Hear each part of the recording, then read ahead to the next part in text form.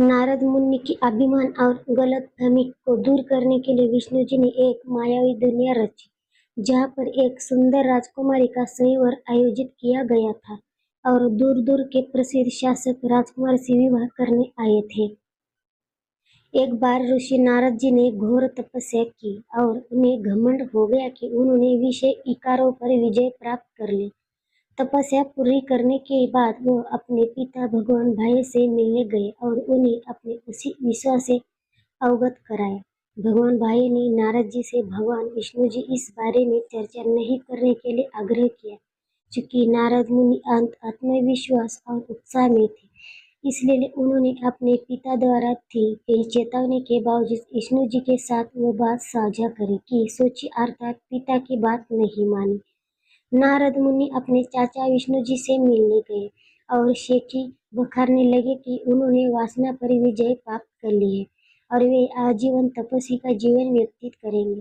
भगवान विष्णु का रूप मनमोहक नारद जी ने विष्णु जी को याद किया और उनसे उनका हरि रूप उन्हें प्रदान करने के लिए इच्छा जाहिर की। संस्कृत में हरि का अर्थ बंदर होता है। भगवान विष्णु ने चतुराई से तथास्तु कहकर सहमति दी और नारद जी का चेहरा वानर की तरह परिवर्तित हो गया, जिसे नारद जी अनजान थे। सेवर का समय आ गया और राजकुमारी ने शाही दरबार में प्रवेश किया। नारद जी का कतार में खड़े थे और राजकुमारी की प्रतीक्षा कर रहे थे कि वो उन्हें माला पहनाए। वो पास आई ऋषि नारद को देखकर भी अनदेखा कर आगे और चली गई। नारद मुनि चौंक गए।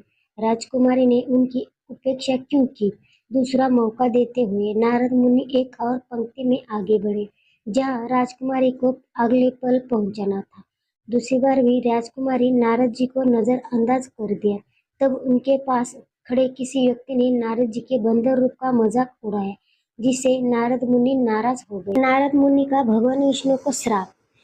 उग्र नारद मुनि ने भगवान विष्णु को श्राप दिया, तुम अपनी पत्नी के वियोग में एक पूरा मानव जीवन व्यतीत करोगे और मेरी ही भांति वियोग का दर्द झेलोगे और बंदर जैसे मुख वाले प्राणी तुम्हारी मदद करेंगे।